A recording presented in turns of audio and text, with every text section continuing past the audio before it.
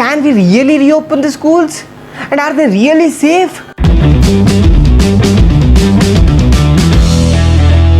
Hello and welcome to Social Station, and my name is Shashank Kaji. Today let us learn three things.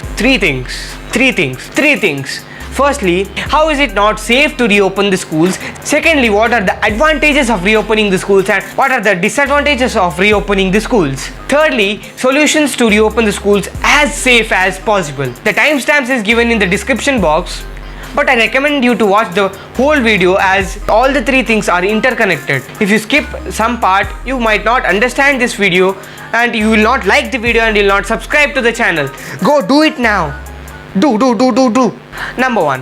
How is it not safe to reopen the schools? You can say that until the lockdown and restrictions were imposed, the COVID cases were at a uniform speed. But when the unlock started, the COVID cases skyrocketed. The schools were closed in the month of March, where total number of cases were 3,000. But now when there are daily 300,000 cases in the world, how can we expect to reopen the schools? Let us take some examples of other countries for our better understanding. USA. Despite having the highest number of cases in the world, the states in the USA like Georgia, Mississippi, Indiana, etc. are trying to reopen the schools. Although these schools have enforced strict measures and social distancing norms, still there has been 90% increase in COVID cases among the children. Europe.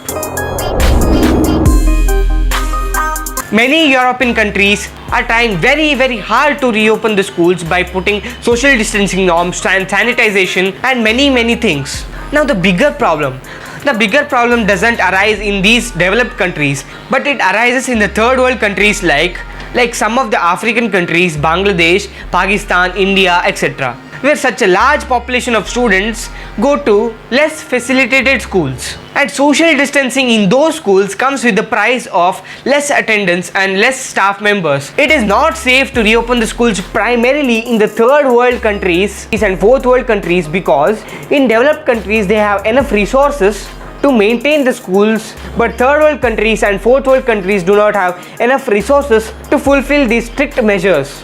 And I cannot imagine reopening the schools in following circumstances. Number 1, the population.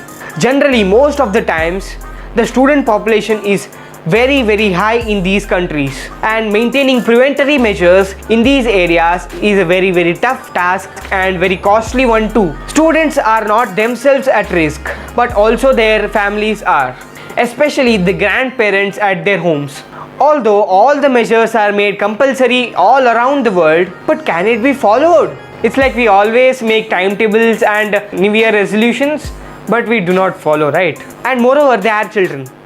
Can they have such patience to be socially distant from each other? That too when they are meeting after 6 to 7 months. Schools and government bodies can apply the social distancing norms in the school environment. But can they apply the same while commuting to the school? Can the schools minimize the risk of commuting to and fro to the school? Now, advantages of reopening the school. The number 1 advantage is the education will come on track. Number 2 is unprivileged students who go to unprivileged schools and do not have facilities to engage themselves in online education will get benefited. Thousands of teachers, peons, non-teaching faculty who were not paid in the lockdown would now get support to their families. Disadvantage of reopening the schools. Number 1, health at stake. Students are not only at risk but their families are too. Number 2, students who come from already unprivileged background, and if they get infected, the situation would get worse and worse. By God's grace, this should not happen. Primary factors inside the environment of the schools can be controlled by the government bodies or education bodies. Can external factors be controlled like commuting to and fro to the schools? Number 4, the tuition fees of students would drastically increase because of less attendance and costly safety precautions. As it is now on the parents to send their child to schools or not, the remaining children who could not go to schools may develop inferiority complex in their minds that they are lagging behind their friends in terms of studies. Now let us talk about the possible solutions.